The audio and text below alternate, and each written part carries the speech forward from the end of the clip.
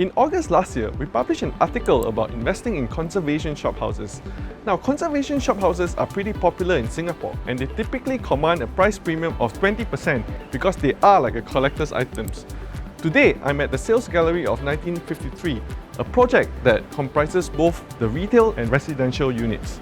Now, this 5-foot walkway that I'm standing at right now is actually how the developers envisioned the project will look like. Now, let's head inside to talk to Eugene Lim, the Director of Sales and Marketing at Oxley Holdings. Welcome to 1953. Thanks for having us.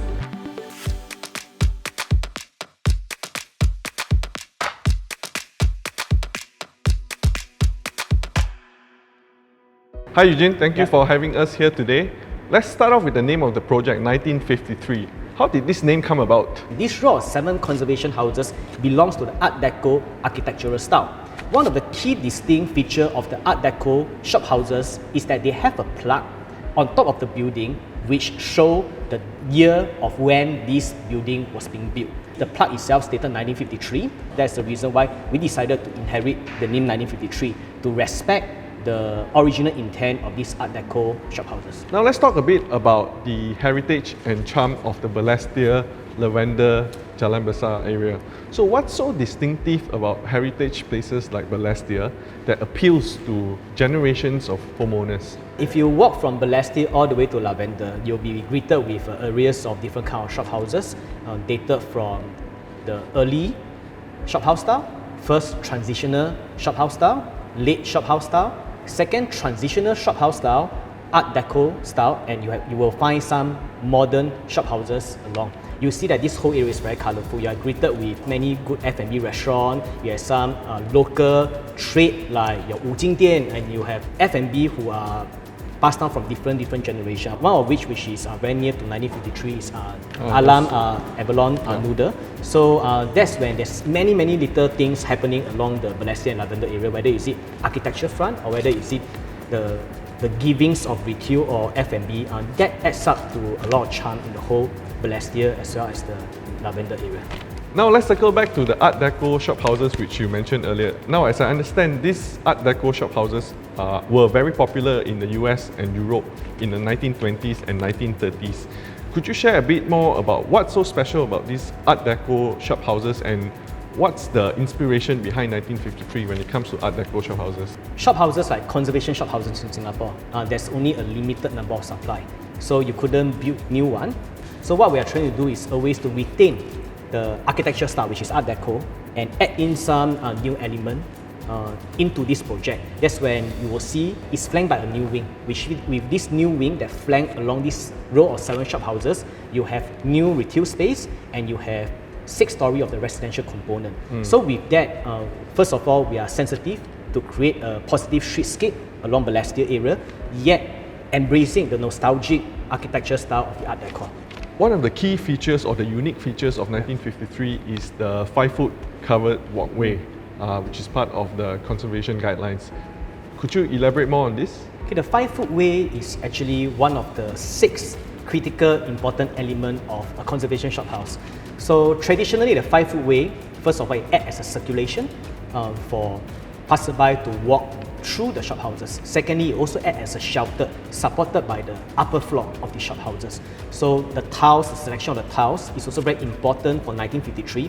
We have to be very sensitive and to respect the original architecture and traditional aspect of the 5-foot way. We can't simply just use a very modern tiles to overlay it. We must use, most of the time you'll use the terracotta or the terrazzo look-alike or mosaic look-alike tiles that will respect the traditional 5-foot way design. Working with Park Associates, you have come up with distinctive, unique design for this project. How does it combine the heritage elements while at the same time taking into account the contemporary design for this building?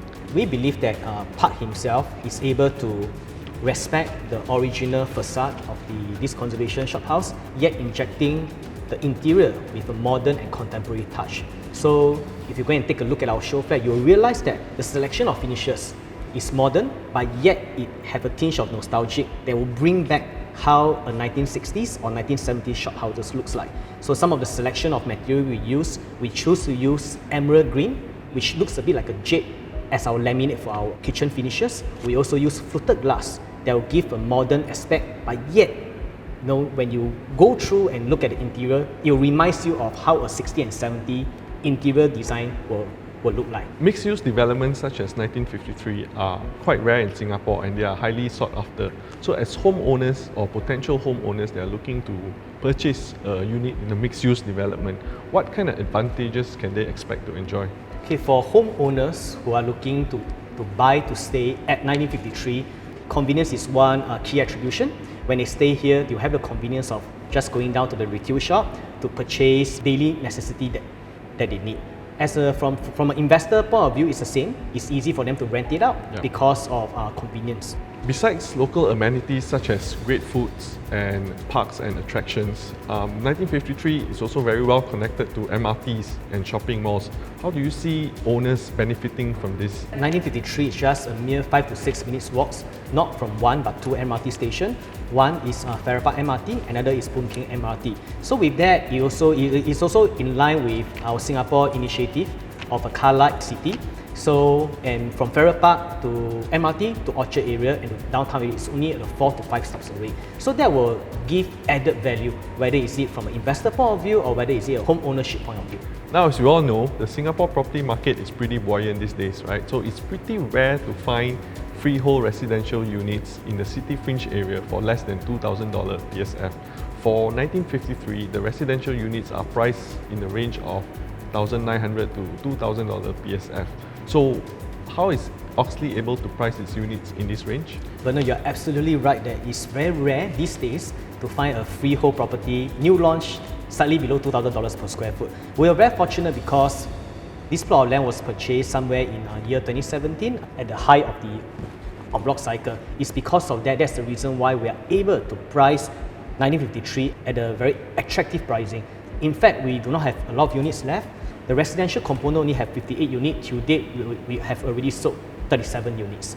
Conservation shophouses are pretty popular these days. Now, the pricing for conservation shophouses these days are up to $4,000 PSF, but for 1953, the pricing for its shophouses are in the $3,100 to $3,200 PSF range. Could you elaborate more on this pricing strategy? For conservation shophouse, it is true, absolutely true that the price has always been increasing. One of the reasons is there's no new supply, there's a lack of supply. People view conservation shophouses as a collectible item, just like the good class bungalow. You only have a certain cap in terms of supply. So we reckon that conservation shophouse, the prices will continue to go up. So for 1953 itself, we only left with 5 units out of 14 units. Wow. Because the investors see value in it at $3,200 per square foot. They see value in purchasing a shop front, yet with the historical conservation element in it. Thank you, Eugene, for bringing our viewers through 1953 today. And for our viewers out there, thank you for tuning in. Should we take a walk? Yes.